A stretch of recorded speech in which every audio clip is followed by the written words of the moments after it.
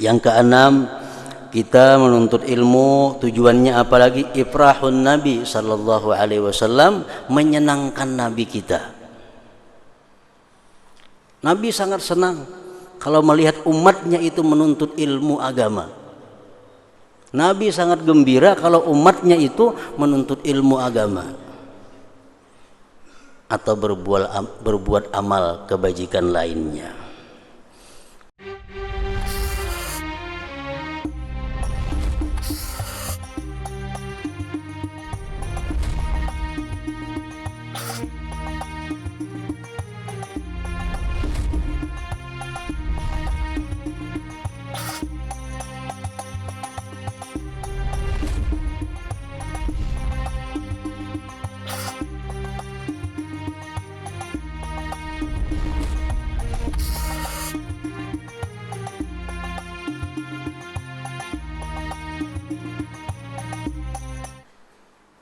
Para ulama menjelaskan contoh orang menghadiri majelis ilmu.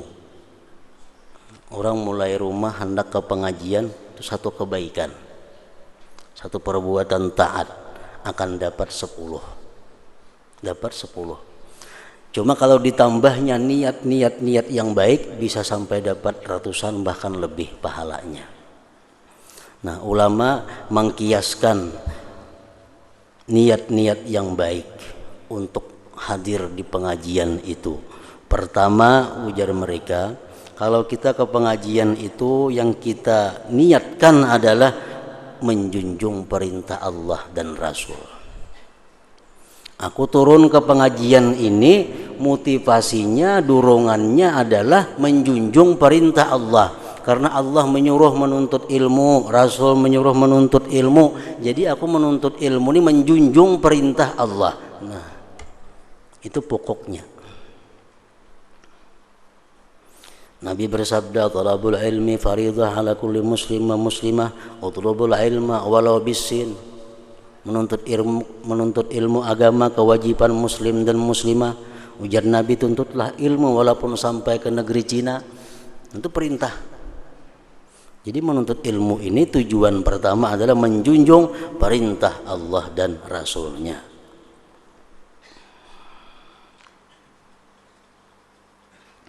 Yang kedua, ditambah lagi niat istirdaul malaikah. Aku menuntut ilmu ini tujuannya apa lagi? Untuk menyenangkan malaikat Allah. Malaikat senang bila aku menuntut ilmu. Malaikat gembira bila aku menuntut ilmu. Jadi tujuan menuntut ilmu ini juga menyenangkan malaikat. Rasul bersabda, "Innal malaikah la tadau ajnihataha li talibil ilm ridan bima yasna'u." Malaikat itu menaruhkan sayap-sayapnya bagi orang yang menuntut ilmu. Menaungi orang menuntut ilmu dengan sayap-sayapnya karena senang dengan apa yang dia perbuat. Nah, jadi menuntut ilmu itu bisa diniatkan adalah juga mencari atau mendapatkan kesenangan malaikat. Yang ketiga, kita menuntut ilmu bisa diniatkan ta'zimu syiaril Islam, ta'zimu syiaril Islam, membesarkan syiar Islam. Nah, kita menuntut ilmu untuk membesarkan syiar Islam, syiar Allah.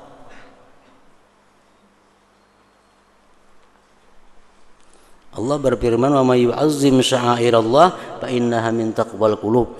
Siapa yang membesarkan syiar Allah itu termasuk ketakwaan hati seseorang. Nah, jadi tujuan kita menuntut ilmu juga adalah menghidupkan syiar Islam. Yang keempat, kita menuntut ilmu ini apa tujuannya lagi? Asyukru ala ni'mati sihhati wal farag. Kita bersyukur dapat nikmat sihat dan kelapangan, wal hidayah dan hidayah dari Allah. Kita bersyukur dapat nikmat sihat, yang kedua dapat nikmat lagi apa lapang, yang ketiga dapat nikmat hidayah. Nah, jadi aku turun ke pengajian ini mensyukuri itu. Banyak orang nang sihat, lapang, tapi kada dapat hidayah, kada kau nuntut ilmu.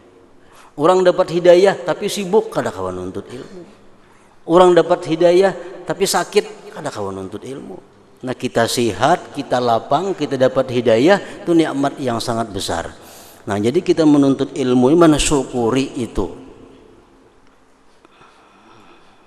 Yang kelima, kita niatkan dalam menuntut ilmu itu ifrahul walidain, menyenangkan orang tua, menggembirakan orang tua. Mun ada orang tua nang kada gembira anaknya nuntut ilmu, orang tua kada pintar itu ngarannya. Nah, ifrahul walidain, kita niatkan menyenangkan hati orang tua, terutama yang sudah wafat. Rasulullah bersabda, innar rajul la yasurru bi salahi waladih fi qabri. Seseorang dalam kubur itu sangat gembira melihat anaknya itu berbuat kebaikan. Sangat gembira. Yang keenam, kita menuntut ilmu tujuannya apalagi ifrahun Nabi sallallahu alaihi wasallam, menyenangkan Nabi kita. Nabi sangat senang kalau melihat umatnya itu menuntut ilmu agama. Nabi sangat gembira kalau umatnya itu menuntut ilmu agama atau berbuat amal kebajikan lainnya. Nah, yang ketujuh, ifrahul aqarib minal amwat, menggembirakan keluarga-keluarga yang sudah matian. Rasul bersabda, inna a'malakum tu'radu ala aqaribikum wa asyairikum minal amwat fa in kana khaira istabsyaru. Ujar Nabi, amal perbuatan kalian itu ditampayakan lawang kula-kula ikam nang dikubur itu nah. Amun amal ikam baik, sukaan mereka. Sepupu kita, marina kita, kamanakan kita dalam kubur, kalau melihat amal kita ini baik, gembira mereka. Nah jadi kita menuntut ilmu tujuannya salah satunya adalah menyenangkan keluarga-keluarga yang sudah wafat. Yang kedelapan, orang menuntut ilmu tujuannya talabur rahmah wal maghfirah, menuntut ampunan dari Allah, menuntut rahmah dari Allah. Kenapa turun ke pengajian? Tujuannya supaya hapus dosa-dosa. Kenapa turun ke pengajian? Supaya hilang dosa-dosa, diampuni Allah.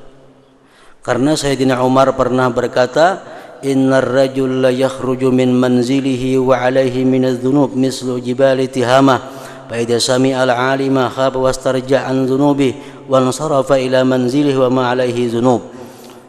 Seseorang itu keluar dari rumahnya, berangkat dari rumahnya penuh dengan dosa-dosa seperti gunung-gunung yang ada di Tihamah. Manakala dia mendengar orang ceramah, mendengar si alim menyampaikan hadis-hadis Nabi tentang dosa, tentang macam-macam, dia sedih.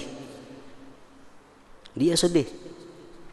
Begitu dia pulang sampai ke rumah, tidak ada lagi atasnya dosa sedikit jua pun. Nah, itu orang yang hadir di majelis ilmu. Yang kesembilan, tujuan ke majelis ilmu adalah al-khuruj fi sabilillah, berangkat sabilillah. Orang yang menuntut ilmu, andai kata dia mati, mati syahid.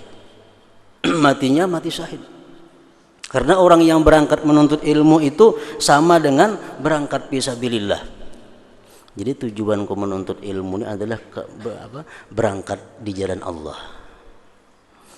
Man kharaja fi talabil ilm fahuwa fi sabilillah hatta yarji'a. Ujar Nabi kita, siapa yang berangkat ke majelis ilmu, dia itu ngarannya berangkat di jalan Allah fi sabilillah sampai dia kembali. Nah, yang ke-10, tujuan kita ke majelis ilmu itu apa? Istima'u kalamillah wa kalami rasulih sallallahu alaihi wasallam wal auliya wal ulama. Tujuan kita adalah untuk mendengarkan firman Allah, mendengarkan hadis-hadis Rasulullah, mendengarkan perkataan para aulia dan ulama-ulama. Nah, 10 niat dalam sekali berangkat menuntut ilmu.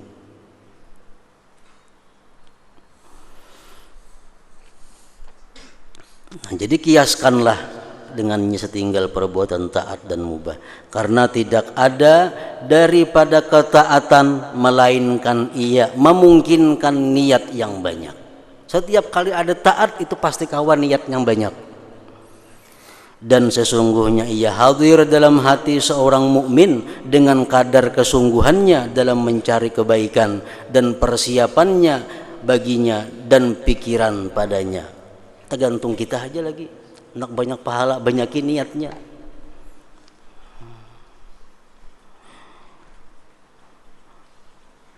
Maka dengan inilah amal perbuatan bersih dan kebaikan-kebaikan berlipat ganda.